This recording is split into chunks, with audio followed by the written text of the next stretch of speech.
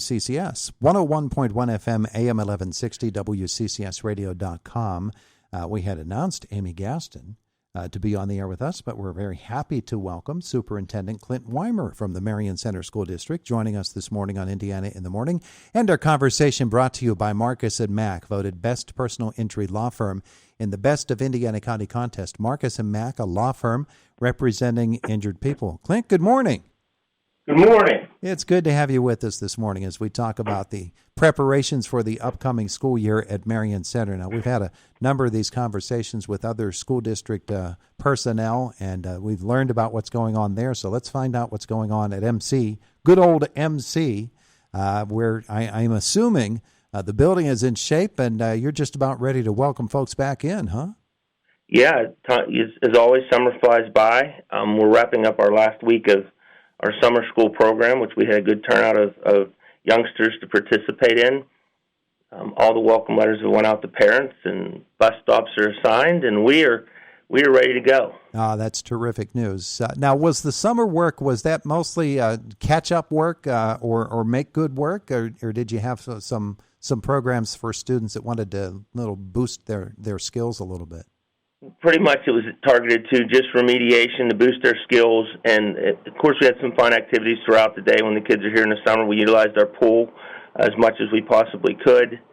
And again, it's just to keep the kids in a routine. The program has really been a big success for the last 3 years, and we were glad to see parents allowing their kids to participate in it. It only can do good things as we move into the next school year. Yeah, and for a particular group of students who might not have had the success that they were hoping to have and that their parents are hoping to have, it really gives them a head start, doesn't it? It definitely helps to keep the mindset and keep the school practices fresh for them. And we also offered some catch-up for those students that may have struggled a little bit through the school year. Yeah. But let's talk about what's going to be happening educationally at Marion Center. Curriculum changes or spruce ups, or maybe some new things that students will notice in terms of their classwork. As always, we're looking to improve and tweak and modify based upon student need with the curriculum. Our biggest change this year, we're introducing some new ELA curriculum in our elementary school, which the teachers have been trained here over the summer. And again, those things always cycle, so we put a lot of effort into trying to make sure that the curriculum for the English language arts that we chose best suits the needs of our kids. So we're excited about kicking that off. And, of course, in our elementary schools last year, I believe you heard me mention, we started some positive behavior programs that have some fun activities for the kids to participate in. And that went well last year, and we're excited to see the student participation in that this year. Yeah, they really embraced that, didn't they? They did. We had some unique activities and fun things that the students could do when they came into our lobby based on rewards, very visually aesthetic for them. And they basically, with ping pong balls, they got to add those up and deposit them at the entryways of our elementary schools based on good behaviors, teacher recommendations. And it was just very exciting to see the kids working to an achievable goal for them and getting a reward for it. And just it added an extra level of excitement within our elementary schools last year. Yeah. Now, I wanted to go back to the English language arts because in the past 15 or 20 years, and we can probably narrow it down to even 10 years, there's been this general feeling that writing skills have deteriorated, creative writing, because of the advent of computer technology. Now artificial intelligence comes into it, and it can write a term paper for you in 20 seconds or less. It becomes a new challenge, doesn't it, to develop a really meaningful language arts program? It is always a challenge when you're choosing a curriculum. We focus on some early writing skills because we value that here at Marion Center, just as all of our local schools do. As far as keeping up and trying to find a balance between technology and just old school paper pencil, we work to do that because we cannot ignore the technology aspect because it's out there. We're using it in our everyday life, especially when our children hit the workforce. But again, we monitor that. We supplement with technology, but we still are trying to support those fundamental skills early on of the foundation of the writing process.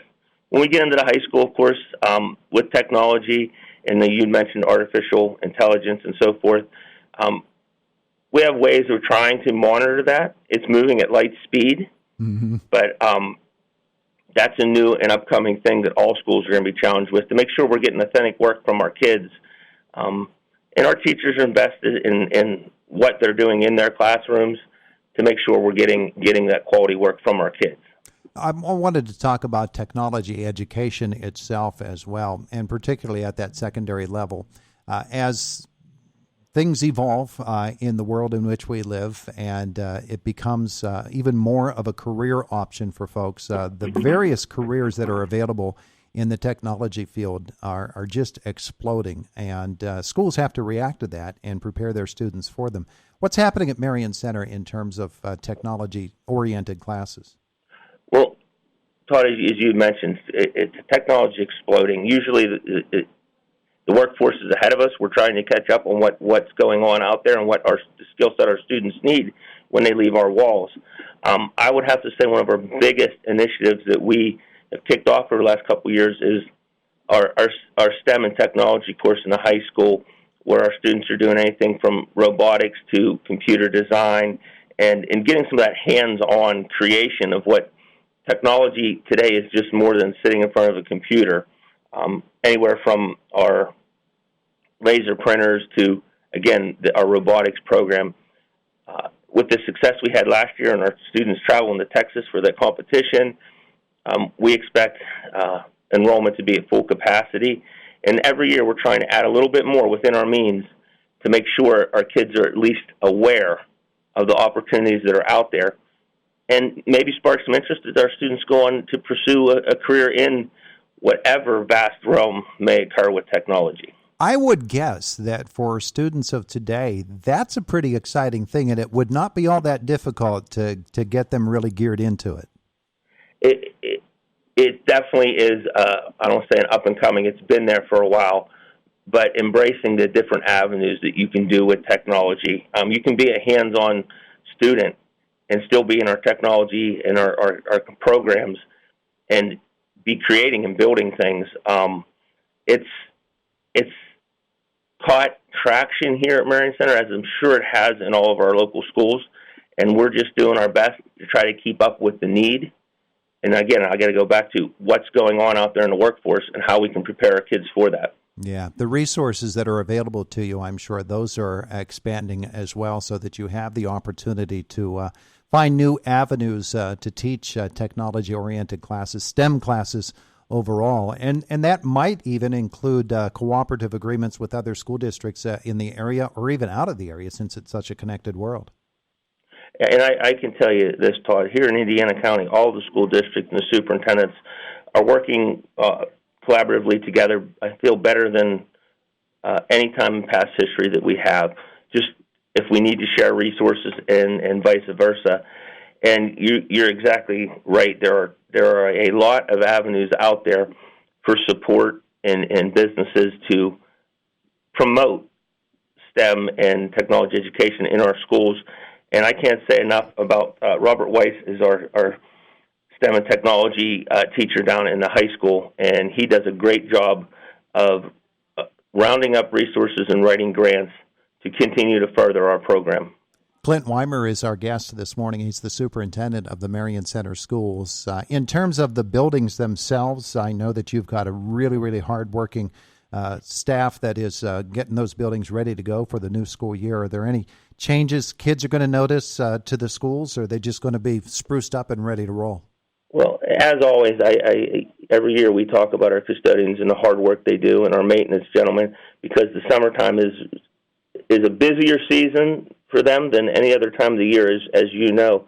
So our buildings are ready to go, of course, with that clean, fresh new look for our students to come through the door. A couple new things that our students will see at our Rain Elementary School. We are working on final completion of a vestibule where parents can come in from the elements and still, if they got to drop something off, pick up. We're just trying to align all our buildings similar to our entranceway. So that's something new that our students and parents will see at Rain. Mm-hmm. We're trying to get that all completed for the start of school, but as materials, as you know, has been a challenge to get. So a few things we're still waiting on to complete that project.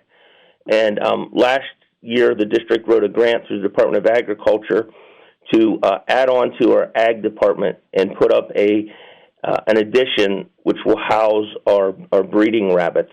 So that is something else that all of our students, but our ag students, will definitely benefit from.